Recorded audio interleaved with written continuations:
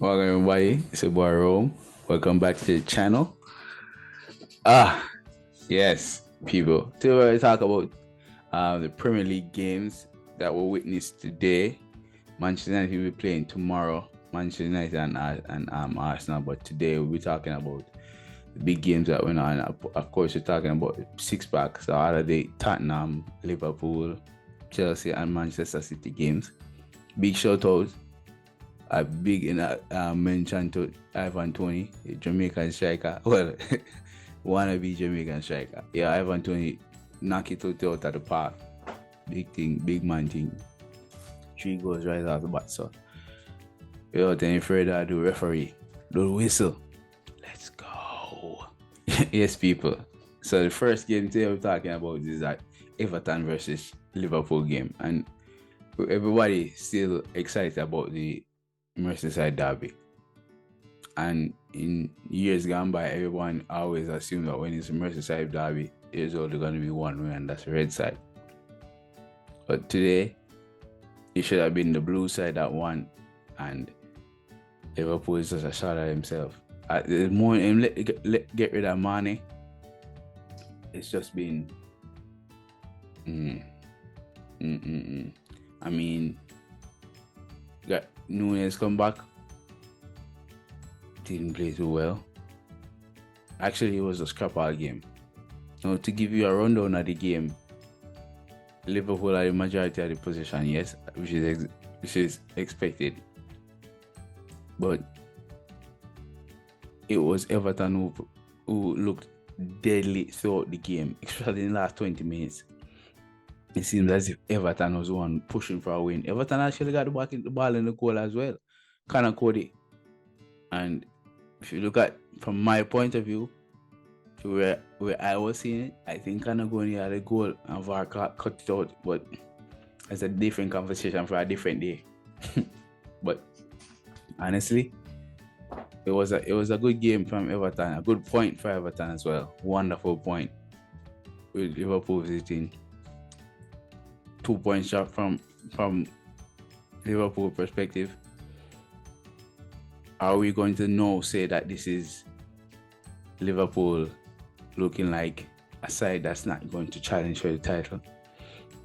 Maybe it's too early. Maybe it's way too early, but it doesn't look like they're improving at all. Yes, the 9-0 win, but that's just Bournemouth, fam. The other thing worse than Bournemouth, it's not non-Forest. Honestly. No, but seriously, we need to start having a conversation about Liverpool positioning at the end of the season. Who knows? Maybe we can pick it up towards the end and kick up, but it don't look too good right now, Parry. It don't look too good. Not too iffy, I blow. I can tell that right now. Definitely not too iffy. And then we get talk about Chelsea and West Ham. I mean, the Chelsea West Ham game was, I don't know. I think West Ham deserve way better than what they got in terms of the result. Chelsea got the 3 points, yes.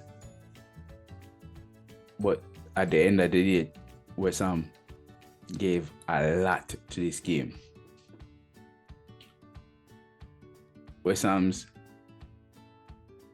goal, like West Ham got an equalizing goal about 87 minutes, 89 minutes, thereabouts. And I don't know how to tell you this, people. But if you never watched the game, you couldn't tell why the goal was disallowed. I don't know why. And VAR called the foul, blow. VAR said that was a clear and obvious fault of the referee, so it shouldn't be a goal. Can't believe it. Couldn't believe it. It should have been 2-2. I mean, don't get me wrong.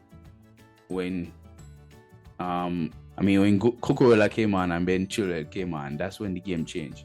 Ben Chilwell first scored the equalizer and then set up the second goal. So it was the defining factor in the game. And we know Chelsea they play perennially with them left backs and right back. Them are the one that dictate the game. And I tell you what, Ben Chilwell came on and he made the game right. But West Ham deserve 3 points in this game. And they didn't get that. And it's sad. But it's alright. It's alright, Chelsea. Thief 3 points. And they think, man. Fuck, man, Chelsea.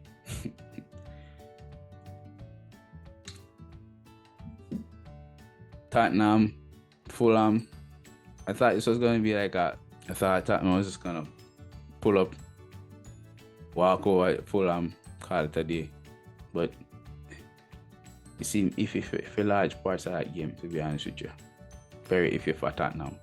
I am no doubting my stance when it comes to Tottenham finishing above the league, like being the champions this season.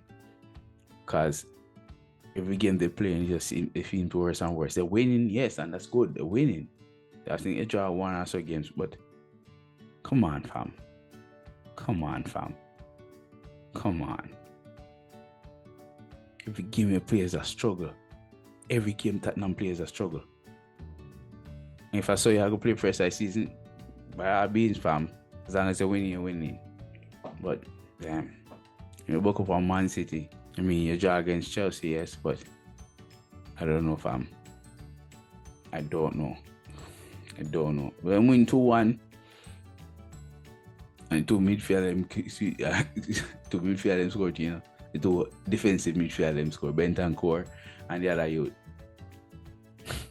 But hey, listen, Tottenham made a win, 3 points on their bag. Well done, fam. Well done. Well fucking done. And next is Man City and Aston Villa. Now, I can talk till I am dry about Erling Haaland.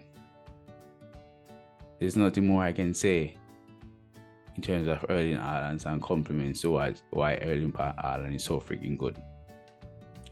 So I can't talk much more about him. What I want to talk about is Aston Villa. Because today they showed me why they should be in the league. What they need now is a proper coach. And get rid of Stevie Gerrard and bring a proper coach in so he can build a team around Aston Villa. Because Aston Villa is a good squad for it. It's a very good squad. They have a very good team. And just build around that team. And get rid of Steven Gerrard for it. Yes, they saved a point today against Man City. And that's solely because of the goalkeeper where Aston Villa have. That goalkeeper is a top 16 player. Not Arsenal look as they didn't get rid of already.